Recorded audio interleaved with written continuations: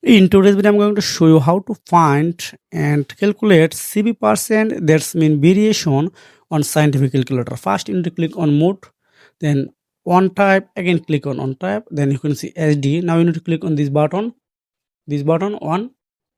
Now you need to type and enter your number like 30.1, 30.2, 30.45, 30.25, etc. This example purpose this one. Now you need to click on shift, again click on 21. You can see it's average. And now again click on shift, then 22.